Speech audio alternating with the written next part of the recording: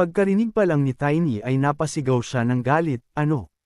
Ngunit agad niyang nilinaw, halos mag-alab, mali ba niyang inilarawan ang isang pabaya na tulala na hindi ginagawa ang ipinagagawa sa kanya, kahit ilang beses niyang ipaliwanag ang lahat?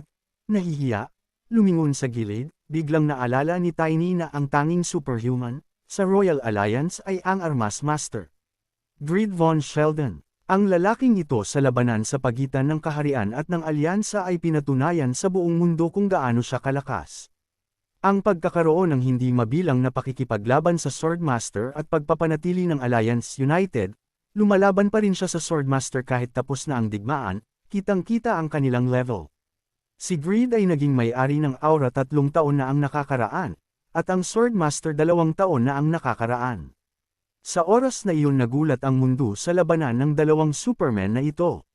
Si Asgard von Valencia, kasabay ng pagbabasa ng liham na ibinigay sa kanya ng katulong, ay dinudurog ang kumot sa bakal na hawak ng kanyang kamao at sumisigaw sa sama ng loob, natagpuan niya ang oras na hindi niya maintindihan kung saan ang kanyang lugar. Sa tingin ba niya ay ngayon na ang tamang panahon para malaman kung sino ang mas malakas? Naiintindihan ni Tiny kung sino ang tinutukoy niya. Nilinaw. Bakit hindi dapat tanggapin ng King ang hamon? Nais ni Asgard na magalit, ngunit itinaas niya ang kanyang hintuturo at idinagdag, ngunit sa mga kondisyon, ito ay magiging kapakipakinabang para sa kanilang plano. Makalipas ang ilang linggo, maraming residente ang nagtipon sa Coliseum Arena sa labas ng lungsod. Nagulat silang lahat nang makita nila si Tiny Darkhair na nakatayo sa arena, at agad na nagsimulang mag-discuss, ito ba ang Shining Knight? Halos hindi nila masabi na mas bata siya. Ang Genus Freewill, na malapit, ay tumingin sa paligid na kinakabahan, napansin kung gaano karaming tao ang naroon. Gayunpaman, sa kabaligtaran, sinabi niya nang may bahagyang pakiramdam na dadaan siya sa pagitan ng mga superhuman. Pagkatapos ay, naalala ni Genus ang kasal. Dalawang lalaking nakaupo sa ibabang hilera ng podium ang walang tiyagang nag-uusap, nakakaiba. Nga pala, bakit pumayag ang Swordmaster sa wallpaper? Kinumpirma ito ng kausap, at totoo ito. Narinig niyang hindi naghihilom ang sugat na dulot ng aura. Ito ay maaaring humantong sa pagkawala ng pambansang sukat. Isang ikatlong lalaki ang sumali sa kanilang dialogue at iminungkahi na ang tsismis ay malamang na totoo. Nagtataka namang tanong ng brown-haired na lalaki, anong tsismis? Paliwanag ng blonde, ang tsismis ay tutol ang Swordmaster sa kasal na ito. Laking gulat ni Genus Freewill at Tiny nang marinig nila ito, at agad na lumapit kay Asgard von Valencia, nagtanong kung ano ang iniisip ng King tungkol sa desisyon ng King tungkol sa labanang ito. Gusto pa niyang may mangyari kay Rochester, pero confident na sinabi ni Asgard, hindi niya kailangang mag-alala kung hindi nagbigay ng permiso si Grid von Sheldon, hindi niya ito hihilingin. Noong una ay gustong tumutol ni Tiny, ngunit napaisip siya, dahil babata pa ang matandang ito kumpara sa naunang King. Siya ay may mas malakas na pakiramdam ng katapatan. Biglang may narinig na announcement na nandito ang Crown Prince. Siya, kasama si Genus Freewill, ay nabigla nang marinig ito, at habang naglalakad si Bradley von Oslon sa arena, umalangaw ang mga tagay sa paligid niya, at lumakad siya patungo sa kanila nang may mapagmataas na poster. Sinundan siya ng tingin ni Tiny, patuloy na nag-iisip kaya kasinungalingan ang tsismis tungkol sa mga problema sa King. Sigurado siya, hindi talaga gusto ni Asgard ang lalaking ito. Alam din ito ng Crown Prince. Pero kung tutusin sa mga kilos niya at sa pagpunta niya dito sa pagkakataong ito, mapagkakatiwalaan siya. Nang batiin nilang tatlo si Bradley nang nakayuko, napansin niyang medyo pala kaibigan na matagal na nilang hindi nakikita ang duke. Sumang-ayon din siya na isang karangalan para sa kanya ang makilala ang kanyang kamahalan. Pagtingin sa gilid, napansin ni Bradley von Oslon si Tiny at tuwang-tuwa siyang napabulalas na halos hindi niya nakilala. Bati din niya, nakayuko pa rin siya, tinanong kung dumating ang kanyang kamahalan upang manood ng laban. Sa puntong ito, napahiya, inamin ni Bradley na, sa katunayan, gusto ng kanyang kasintahang makita ang kanyang aso. Malakas na sabi ni Tiny at nabigla sa balitang ito, ano? Ngunit pagkatapos, habang tinatawag ang Lunar Wolf, nabanggit niya sa kanyang sarili na sa kanyang pagiging sensitibo sa mana, kahit papaano ay nagawa niyang panatilihin ang lobo sa loob ng barrier. Ngunit gayunpaman, na ipinakita ito. Paglilinaw ni Tiny, sinasabi ba ito ng Crown Prince? Pero, masayang bulalas ni Adley von Oslan, oo. Pagkatapos ay hinawakan ang lobo sa kanyang mga bisig at marahan itong hinaplos, idinagdag niya na nasa iisang bangka sila. Kasabay ng mga salitang ito ay umalis na siya, at sinabi ni Asgard von Valentia na ipinaalam na niya sa kanya na dapat silang mag-post ng mga guards kung sakaling atakihin ng mga Demon's followers. Kailangan ding maging handa ang binata kung may kakaibang mangyayari sa palasyo, lalo na, malapit kay Chloe. Sagot ni Tin-Isa madaling sabi na naunawaan niya biglang nagsimulang kumalat ang puting ulap sa buong lupa, at ang mga tao ay yamakap sa kanilang mga balikat at nanginginig. Napansin na naging napakalamig nang may lumapit sa kanila mula sa isang maliwanag na flash. Si Asgard ay medyo kalmado at sinabi na si Greed ay hindi nagbago. Si Greed von Sheldon mismo, na naglalakad sa arena, ay nagsabi ng hindi makatarungan, mahusay. Walang eleganteng tungkol sa isang maingay na pulutong.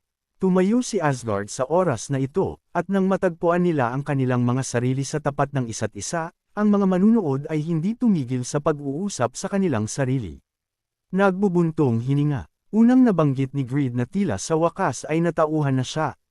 Malamig na sagot ni Asgard, siya ang nanggugulo sa isang Foreign Nations Festival. Walang kwenta ang mga salita niya. Dapat alam niya ang kanyang lugar. Ulit ni Greed von Sheldon na may kaunting hinanakit sa kanyang boses, nakipagkulitan, pagkatapos ay ngumisi at pinapaikot-ikot ang kanyang bigot. Napansin niya kung bakit naisip niya na siya ay isang baboy ramo. Ang tono ng kanyang mga talumpati ay hindi tumutugma sa pamagat ng isang aristokrata. Nagsisimulang magalit si Asgard, tinanong kung may oras si Greed na isipin ang tono ng kanyang boses, kung gayon bakit hindi isipin ang kanyang mga aksyon. Pagkatapos ay nag-flash ng red aura, idinagdag niya na naisip niya na ang kanyang mga masasakit na pananalita ay mas nararapat na pansinin kaysa sa kanyang kakulangan sa klase. Si Greed von Sheldon, na ngayon ay galit din, ay nag-activate ng kanyang enerhiya na nag-uutos sa kanya na huminto sa pagsasalita. Ang host, nang makitang magsisimula na sila sa labanan, ay inihayag na ang mga patakaran ay ang mga sumusunod. Ang walang kapantay na armor ay ipinagbabawal para sa mga kadahilanang pangkaligtasan sa kahilingan ni Asgard von Valentia, ang matatalo ay magbibigay ng hiling ng nanalo. Hinubad ni Greed von Sheldon ang kanyang sword at sinabing dapat na nilang tapusin ito. Gayunpaman, mapanuksong nilinaw ni Asgard bilang tugon, gumagamit ba siya ng sword laban sa kanya? Tila oras na para itigil na nila ang kanyang walang kabuluhang mga pagtatangka. Hindi pinansin ni Greed ang kanyang mga salita at nabanggit na napagtanto niya ang isang bagay nang siya ay naging isang aura master at tuturuan siya ng isang leksyon bilang isang senior. Si Asgard von Valentia, na nakakuyom ang kanyang pangamula sa kumukulong puot sa loob, ay itinuro ang isang matalim na tingin sa harap at ipinahayag na dapat nilang tingnan ito. Anong klaseng aral ito? Sa susunod na sandali, nasa tabi na siya ni Greed von Sheldon at direktang ginawaran ng unang suntok ang kanyang ulo. Gayunpaman, pagkatapos nito, isang pugiling ng metal ang narinig, at si Greed, na nagawang harangan ang pag-atake gamit ang kanyang sandata, ay ibinalik ito, nagtanong, tinatawag ba niya itong fencing? Nang makarating si Asgard, si Greed von Sheldon, na naghanda din ng isang shield, ay bumulalas na ipapakita niya sa kanya ang tunay na swordsmanship. Sa mga salitang ito, sumugod siya, at nang ang tip ay nasa harap mismo ng mukha ni Asgard von Valentia, napigilan niya ang suntok, na pinapunte si Greed sa kabilang direksyon.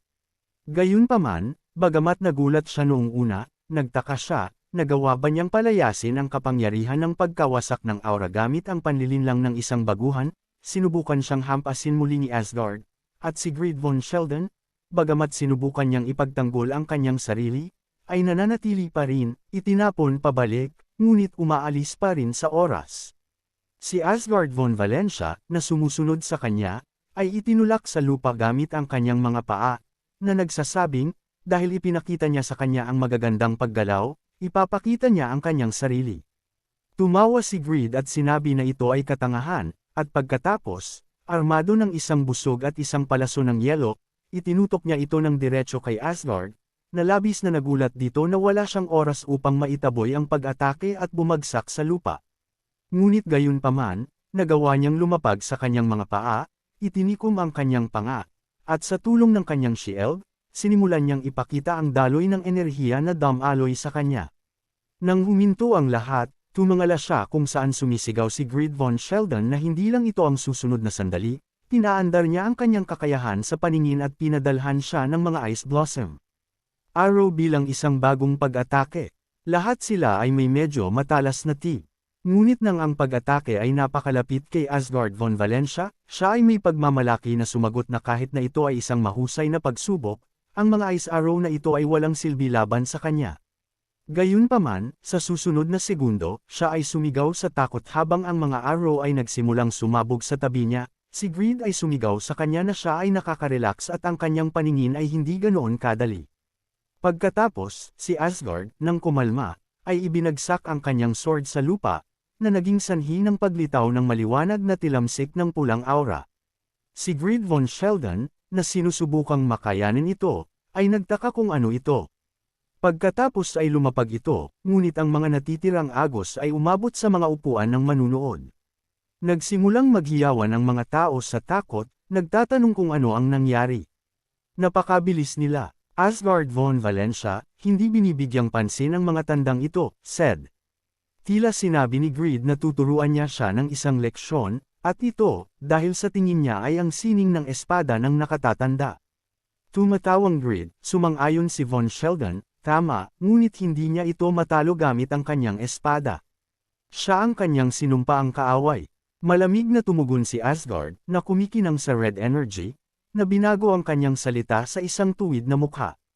Si Grid, ay nagsimulang tumawa ng mas malakas, at isinaaktibo din ang kanyang asul na aura, inihayag na dapat nilang simulan ang ikalawang round. Ngayon kailangan nilang lumaban hanggang sa mamatay ang isa sa kanila. Pagkasabi nito, tumungo na siya at natagpuan ang kanyang sarili malapit sa Asgard von Valentia na nakataas ang kanyang sword sa kanyang ulo. Sa sumunod na sandali, nagbanggaan ang mga suntok, at walang pakundangan na tinanong ni Asgard kung bakit kailangan ang lahat ng walang kwentang pag-uusap na ito tungkol sa mga aristokrata. Lumaban siya na parang walang sinabi ang lokong si Grid Von Sheldon, at ang kanilang enerhiya ay naging mas makapangyarihan hanggang sa ito ay naging isang malaking pagsabog. Ang mga nanunood sa mga buhangin, bagaman sila ay protektado mula dito ng simboryo, ay natakot na. Natakot ang mga mago. Agad namang sumigaw ang isa sa kanila na kailangan nilang magdagdag ng mana sa silangang bahagi ng shield, may sumagot agad na hindi nila magagawa iyon. Ito ba talaga ang kapangyarihan ng tao? Superhumans talaga sila. Genus Free Will, na pinagmamasdan din silang mabuti, ay nagsabi, ganito ang laban. At ang elementong ito ng yelo, unti-unting nagsisimulang makuha ang kakanyahan. Si Tiny na nakaupo sa tabi niya ay nagtanong kung sino sa tingin niya ang mananalo sa genus noong una, natatarantang bulalas, ano? Siyempre, ang kanyang Panginoon. Ngunit pagkatapos ay malungkot na idinagdag niya, ngunit maliit ang pagkakataon. Sila ay Aura Masters para sa iba't ibang tagal ng panahon. Sa wakas, nagawa ni Asgard von Valentia na itulak si Grid palayo, na napansin na ngayon ay oras na para tapusin nila ang mga salitang ito. Hinugot niya ang dalawang matutulis na sibat mula sa kanyang likuran. Si Tiny sa sandaling ito, na may malawak na ngiti sa kanyang mukha, inisip na matatalo na ang Sword Master sa kanya idinagdag malakas. Sa isang normal na sitwasyon, oo. Genus Free Will, nagulat. Nilinaw niya ang ibig niyang sabihin. Palihim niyang sinagot na sa pagkakataong ito, mag-iiba na ang lahat. Gumawa si Grid Von Sheldon ng mga arrow at ipinadala ang mga ito patungo sa Asgard, ngunit ngayon ay gumamit siya ng Force Control Field para protektahan ang sarili mula rito. Grid, hindi maitago ang kanyang pagkataranta, at agad na sumigaw, ano? Pagkatapos, itinaas ang isang sibat na puno ng asul na mana, ipinahayag niya na, kung gayon, ano ang sasabihin niya tungkol dito? Isang malaking anino ang nakasabit sa lupa, at iniwagayway ni Grid ang kanyang sandata at ngayon ay sinubukan siyang salakayin ng napakalakas na suntok. Si Asgard von Valentia ay nagsagawa ng katulad na aksyon, nang biglang ang simboryo ay natatakpan ng mga bitik, at ang mga magician ay nagsisigawan sa takot. Ang Western Shield ay nahulog din sa silangan. Ang hilagang shield ay halos hindi humawak. May mga taong nasugatan, walang tao. Ang mga tao sa kinatatayuan ay natigilan at sinabi ni Genus Free Will sa nanginginig na boses, ang kanyang Panginoon, ang nagtatanghal, ay sumilip sa ibaba at sinusubukang gumawa ng isang bagay sa gitna ng tumataas na alikabok. Sa wakas ay inihayag na si Sir Asgard ay natalo.